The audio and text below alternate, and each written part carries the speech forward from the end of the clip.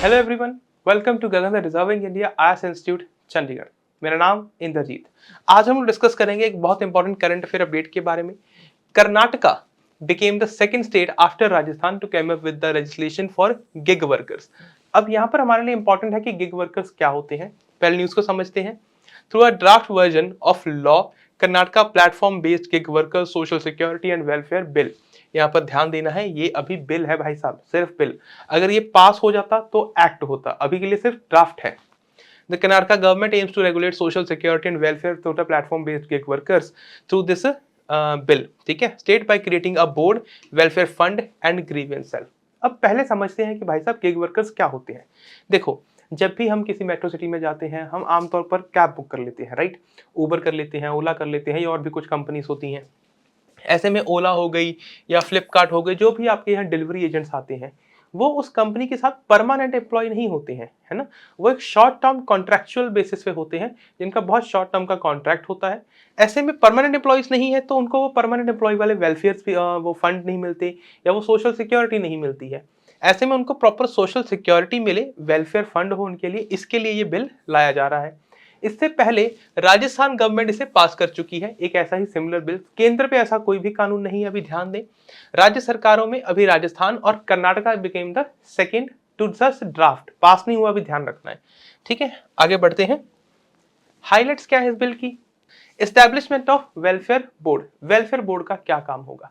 जाहिर सी बात है, नाम से क्लियर हो रहा है कि भाई साहब जो गिग वर्कर्स हैं उनके वेलफेयर के लिए इस बोर्ड को कॉन्स्टिट्यूट किया जा रहा है। इसमें कौन कौन होगा। The board will be forming of, पहले सबसे ज्यादा इंपॉर्टेंट है, कर्नाटका के लेबर मिनिस्टर इसका मेंबर होंगे। इसके अलावा जो एग्रीगेट कंपनीज, देखो एग्रीगेटर कंपनीज कौन सी हैं। आप जोमेटो से खाना मंगवाते हैं, जोमेटो से खाना मंगाते हैं, जोमेटो के अपने रेस्टोरेंट तो है नहीं, तो वो एक रेस्टोरेंट से खाना आप तक पहुंचाने का काम करते हैं। मतलब पॉइंट ए से सिर्फ पॉइंट बी तक वो डिलीवरी का काम करते हैं। और ऐसा तो है नहीं जोमेटो का सीईओ आके खुद करता है, तो वो डिलीवरी एजेंट को असाइन करते हैं, वो आपको डिलीवर करता है। इसी को बोलते हैं गिग वर्कर, क्योंकि वो शॉर्ट टर्म कॉन्ट्रैक्ट में है जोमेटो के साथ, राइट। अब इस पॉइंट से इस पॉइंट तक आने में जो भी कंपनी उस सर्विस को प्रोवाइड कर रही है, जैसे जोमेटो या फ्लिपकार्ट या XYZ, तो वो कंपनीज की तरफ से दो मेंबर्स यहां पर पहुंचेंगे। इसके अलावा 2 गिग वर्कर्स जो ऐसा काम कर रहे हैं, डिलीवरी एजेंट्स, ऐसे ही 2 गिग वर्कर्स होंगे and 1 civil society member will be the part of this board. अब बोर्ड का काम क्या होगा, जाहिर सी बात है, welfare of the gig workers. Grievance redressal and transparency. किसी भी बोर्ड का सबसे इंपॉर्टेंट काम होता है, या किसी भी लॉ का, कि भाई साहब जिनके लिए, जिस सेक्शन ऑफ सोसाइटी के लिए बनाया गया है, उनके ग्रीवियंस को रिड्रेस करना।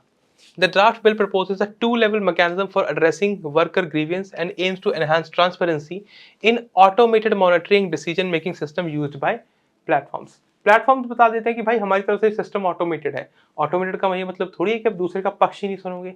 कई बार क्या होता है, जैसे मान लो डिलीवरी एजेंट है, उनके अकाउंट ही डिलीट कर दिए जाते हैं, या उनको सैलरी टाइम पे नहीं मिलती है, यानी पैसा बराबर टाइम पे नहीं आ रहा है, या उनको और भी कई दिक्कतें फेस करनी पड़ती हैं। तो उन दिक्कतों का समाधान करने के लिए एक ग्रीवेंस रिड्रेसल मैकेनिज्म बनाया जाएगा, जिसमें ये बोर्ड भी बहुत अहम भूमिका निभाएगा। तीसरा है टाइमली पेमेंट। एक हफ्ते के अंदर कम से कम एक बार पेमेंट होनी चाहिए।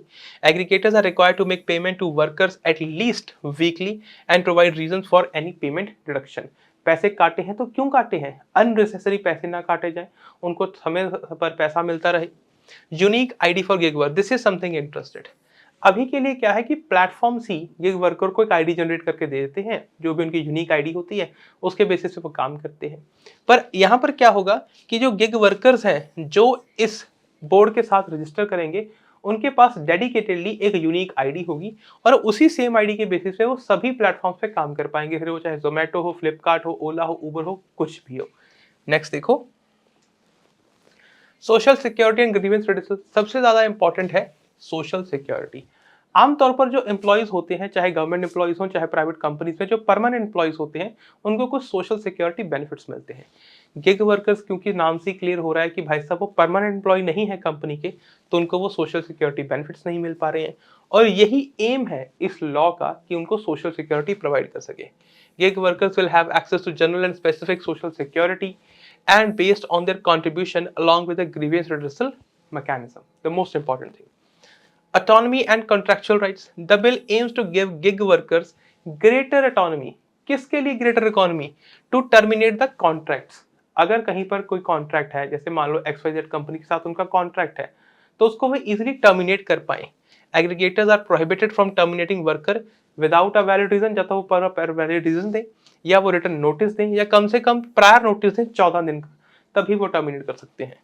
Work environment and safety, aggregator ध्यान रखना है, ये सब एक टर्म है जो हम सभी कलेक्टिवली कंपनीज के लिए यूज कर रहे हैं, जो भी प्लेटफॉर्म्स है, Zomato, Flipkart, Amazon, Ola, Uber, XYZ, कुछ भी।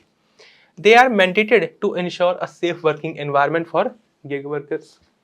वेलफेयर फंड क्रिएट किया जाएगा। A proposed welfare fund will be financed by contribution from the aggregator, the state and the workers through a welfare fees.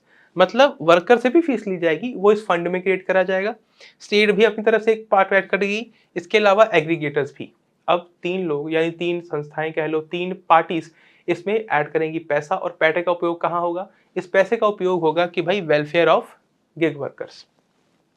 Penalty सबसे ज्यादा इंपॉर्टेंट, अगर इस कानून की कोई भी उल्लंघना करता है, कोई भी का मतलब यहाँ पर ये नहीं है, कोई भी का मतलब है एग्रीगेटर, अगर कोई प्लेटफॉर्म इस लॉ की वायलेशन करता है तो उन्हें 5,000 से लेके 1 लाख तक का जुर्माना लगाया जा सकता है, राइट। और वो पैसा जाएगा कहाँ? जाहिर सी बात है, वो उस फंड में जाएगा, वेलफेयर फंड में। यहाँ पर डेफिनेशन दी गई है गिग वर्कर्स की। According to code on social security 2020, आपको याद होगा साल 2019 में ड्राफ्ट किए गए थे, साल 2020 में ये पास किए गए 4 लेबर लॉज थे, तो उसमें से है सोशल सिक्योरिटी 2020। ये गिग वर्कर क्या होता है? हु एंगेजेस इन वर्क और participate in gig work arrangements earning income outside the traditional employer and employ relationship. Traditional क्या है कि आप एक XYZ कंपनी में काम करते हैं, वहां पर आप फुल टाइम एम्प्लॉई हैं, सुबह जाते हैं शाम को आते हैं, आपको प्रॉपर बेनिफिट्स मिलते हैं, आपका पैसे भी कटते हैं इंश्योरेंस वगैरह के, और आपको प्रॉपर सैलरी मिलती है, राइट। यहाँ पर ऐसा नहीं होता है। गिग वर्कर में क्या है? आप सुबह उठे, जोमेटो की ऐप में लॉगिन किया, यहाँ पर इसलिए मैंने जोमेटो की फोटो वगैरह लगाई है, आपने ऐप में लॉगिन किया, आपको ऑर्डर आया, आप ऑर्डर पहुंचाने चले गए। This is gig economy. Gig economy क्या होता है? फ्री मार्केट सिस्टम होता है जहां पर टेम्परेरी पोजीशंस होती हैं and the organisation hire independent workers for their short term engagement. अगर साल 2022 की नीति आयोग की रिपोर्ट को माने तो आने वाले कुछ सालों में लगभग 23.5 मिलियन यानी 2.5 करोड़ के आसपास क्या होंगे? गिग वर्कर्स होंगे आने वाले 2029-30 तक। ये स्टैटिस्टिक्स है, ये स्टैटिस्टिक्स नीति आयोग की दिए गए हैं। Gig worker forming in India, देखो sorry, gig working force in India. Retail trade sales में 26 लाख के आसपास है, 13 लाख ट्रांसपोर्टेशन में है, मैन्युफैक्चरिंग में 6.2 है, एजुकेशन में 1% है। इसमें से 31% are in low skilled job, 22% are in high skilled jobs and 47% are in medium skilled jobs, right. Overall हमारे लिए इंपॉर्टेंट ये है कि भाई साहब आने वाली प्रोजेक्शंस कैसी हैं, और सबसे ज्यादा इंपॉर्टेंट है इस चीज की जरूरत क्या थी, इस एक्ट को लाने की जरूरत क्या थी। आप सोच के देखो, चाहे गिग वर्कर्स हैं, है तो हमारे समाज का ही हिस्सा। जो हमारे समाज का हिस्सा है, अगर उस समाज के एक हिस्से को, एक तबके को कोई दिक्कत आ रही है, तो उस दिक्कत का समाधान करने की जिम्मेदारी किसकी है? ऑब्वियसली स्टेट की है।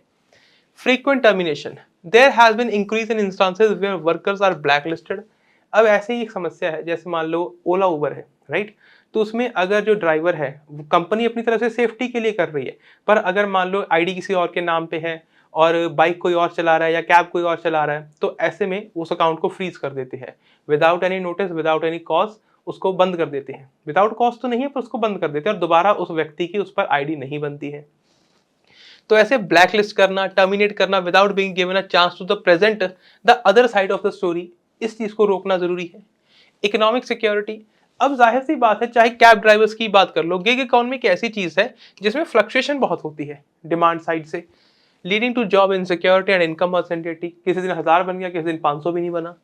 Thus underscores the need for social security benefits like unemployment insurance, disability coverage, retirement saving programs।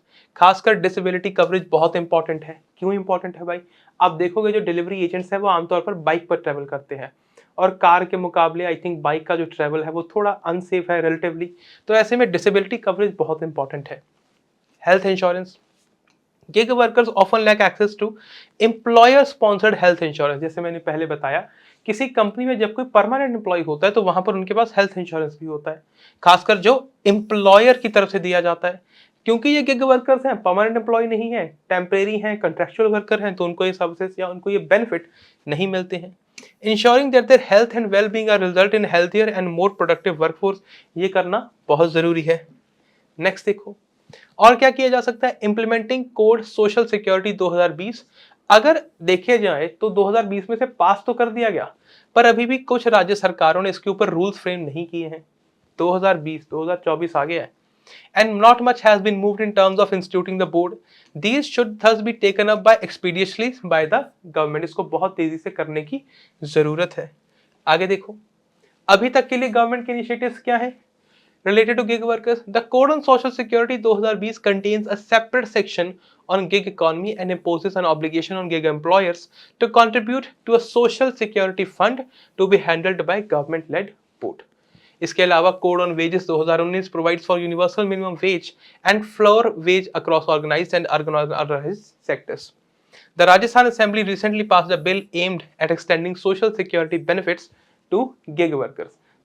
I hope ये टॉपिक आपको यहाँ तक समझ आ गया होगा। मेरा नाम इंद्रजीत, हम मिलेंगे नेक्स्ट वीडियो में, तब तक अपना ख्याल रखें, खुश रहें, धन्यवाद।